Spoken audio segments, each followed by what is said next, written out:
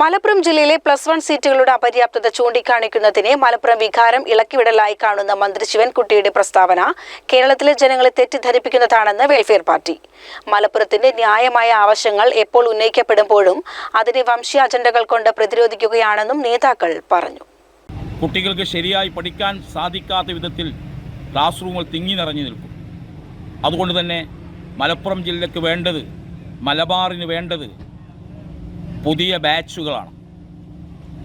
പുതിയ ബാച്ചുകൾ അനുവദിക്കണമെന്നാണ് ഞങ്ങൾക്ക് പറയാനുള്ളത്.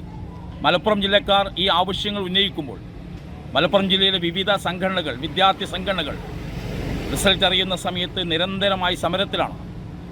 പുതിയ ബാച്ചുകൾ അനുവദിക്കണമെന്ന് ആവശ്യപ്പെട്ടുകൊണ്ട് ഇങ്ങനെ ഈ ന്യായമായ ആവശ്യം മലപ്പുറത്ത് നിന്ന് ഉന്നയിക്കുമ്പോൾ മന്ത്രി അതിന് നേരെ പുറംതിരിഞ്ഞു നിൽക്കുന്നു എന്ന് മാത്രമല്ല, മലപ്പുറം വികാരമുണർത്തരുത് എന്ന് പറഞ്ഞുകൊണ്ട് മലപ്പുറത്തെ വംശീയമായി അധിക്ഷേപിക്കാനാണ് മന്ത്രി ശ്രമിച്ചുകൊണ്ടിരിക്കുന്നത്.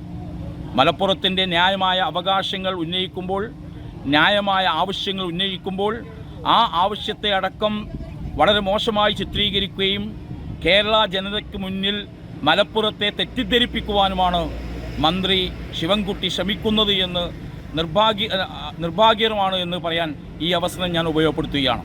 CCN മലപ്പുറം.